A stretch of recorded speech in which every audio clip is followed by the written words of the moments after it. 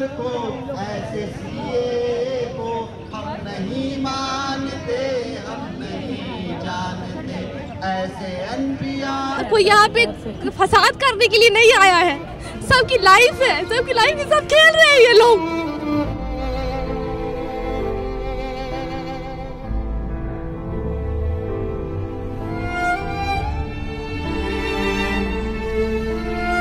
और कहते कि हम लोग को पढ़ने का शौक नहीं है, हम लोग पढ़ने के लिए आते हैं कॉलेज, और ये लोग घुस-घुस कर मारते हैं। और उसके बाद कहते हैं कि ये लोग राइट करवाते हैं, आप घुसते हैं, आप करवाते हैं, और आप कहते हैं कि हम करवाते हैं। हम क्यों करवाएंगे, हमारे ही लोग हैं। हम लड़ने टाइम नहीं देखते कि कौन अपना कौन पराया। हम जानबूझ के करेंगे, हम जानबूझ के पत्थरबाजी करेंगे, हम जानबूझ के करेंगे ताकि आप हमें मारिए, ताकि आप दूसरों को मारिए। अच्छा, आप खुद ऐसा कर रहे हैं और आप कहते हैं कि हम पीछे नहीं हटेंगे। आपको कोई फर्क नहीं पड़ता है।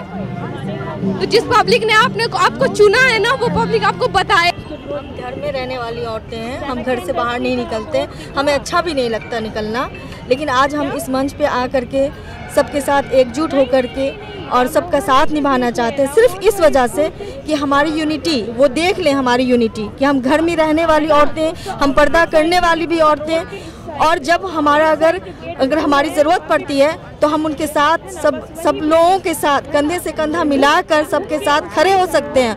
और यूनिटी ही में ताकत होती है, बस ये ताकत को हम दिखाना चाहते हैं। और जी, हमारे बहुत से जो गरीब हैं, वो उनसे जो एनआरसी मांगा जा रहा है, वो कहाँ से लाएंगे? वो अपने माँ बाप का गरीब हैं, रोड पर सोने वाले, फुटपाथ पर, उनसे जो मांगा जा रहा है तो वो कहाँ से ला के देंगे? कहाँ बाप का अपने खोजने जाएंगे? बेचारे को घर रहने का घर नहीं है, वो कहाँ से अपने बाप का, दादा का हिस्ट्री ला के देंगे?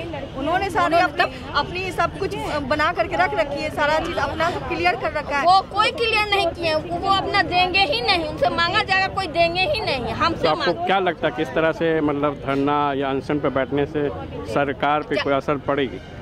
कल परसों अमित शाह ने कह दिया कि मैं इस बिल को वापस नहीं लेने वाला। नहीं लेने वाले, नहीं, आंसू से एक हो जाएंगे तो जरूर होगा। आज न कल तो होना ही, हम लोग लड़ते रहेंगे हमेशा, इसलिए वोट देते हैं। हम लोग सब मिल के उनको वोट जिता के लाए हैं, तब न वो आज आए हैं। आज उनको बोलने का मौका मिला है कि हम जो भी चाहते हैं बोल देते हैं। आज हम लोग तो सर छुपा के बैठे हैं। देखिए तो फुटपाथ पर उनसे एनआरसी मांगा जाकर निकलिए, कहाँ जाएंगे वो लोग? आदिवासी सब जो हैं वोट दे के आपको लाए हैं, और आप उनको कुछ, उनके लिए कुछ कर ही नहीं रहे, न रोजी रोटी है, न कहीं पर उनके लिए टेंट भी बना के नहीं दिए हुए कि वो रहने रहे।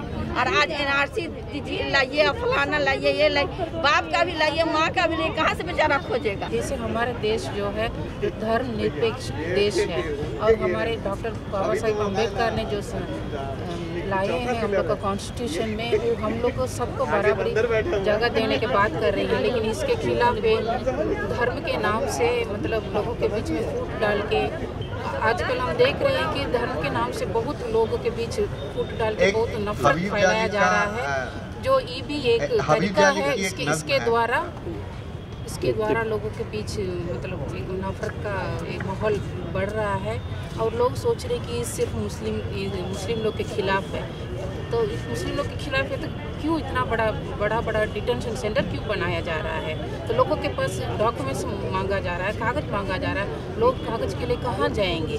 बहुत सारे ऐसे गरीब लोग हैं जो एक जगह छोड़ के दूसरा जगह, प्रवासी कामगार हैं, बहुत लोग हैं ऐसे श्रम के लिए बाहर गए हुए हैं, अपने गांव घर छोड़ के, उन लोग कहाँ से कागज़ दिखाएंगे? इसका मतलब इन लोग खुद क्लियर नहीं है कि इसके द्वारा इन लोग क्या करना चाहते हैं। सिर्फ हिंदुत्व को अपना ये मान के, सिर्फ भारत माता की जय नारा लगा के लोगों के बीच हिंदुत्व का जो ये है मतलब आइडियोलॉजी है, उसको उन लोग लागू करना चाह रहे हैं। इसलिए हम लोग सब इसके खिलाफ हैं, एनपीआर के खिलाफ है, जो सीए है, एनआरसी है, उसके खिलाफ हम लोग लड़ते रहेंगे जब तक ये वापस नहीं लें। वो बार बार अपने आप को बदलते हुए, बयानों को बदलते हुए हमारे ऊपर थोप रहे हैं ज़बरदस्ती कि कभी हम एनआरसी लाएंगे, एनआरपी अभी कराएंगे, फिर एनआरसी लाएंगे। तो ये जिस तरीके से सबसे ज़्यादा जिम्मेदारी जो है देश चलाने की, अगर वही इस तरीके से तानाशाह बन जाए और अपने नागरिकों का ख्याल ना रखे और कहें कि हम शरणार्थियों को यहाँ कानून उनको नागरिकता देने की बात कर रहे हैं। आप लाइए ना, हमारे देश में ऐसा नहीं है कि कानून नहीं है और हम उनका सम्मान नहीं कर रहे हैं। आपको रखना है आप रखिए, लाना है लाइए, लेकिन यहाँ के जो मुद्दे हैं, यहाँ के जो हमारे नागरिक हैं उनको परेशान ना करें। यहाँ के युवाओं को आज रोजगार नहीं है। जिस तरीके से इस देश में आज हमारा आर्थिक ग्रोथ रुक रहा है, हम महिलाओं के साथ जो हिंसा हो रही है लगातार बढ़ रही है, इन समस्याओं पे तो बिल्कुल आप बात ही नहीं कर रहे हैं। आपको केवल पड़ी है कि हम नागरिकता संशोधन बिल लाएंगे, नागरिकता कानून लागू करेंगे, क्योंकि आपको सिर्फ कुछ शरणार्थियों के लिए ही चिंता है। बाकी चिंता इस देश के नागरिकों की कोई चिंता आप नहीं कर पा रहे हैं। आप बोलते हैं, आप हमें गुमराह कर रहे हैं। थोड़ी थोड़ी बात पे हर कुछ दिन पे कुछ नया निकालते हैं ताकि लोग गुमराह हो जाएं कि उनकी कमी क्या है। उनकी कमी नहीं देखकर वो हर कोई दिन न्याय, कभी 3 ट्रिपल तलाक, कभी NRC, कभी राम मंदिर। मतलब ये क्या? हमें चाहिए गवर्नमेंट जो हमें चलाए, और हम चलाते हैं उनको, वो नहीं चलाएंगे हमें।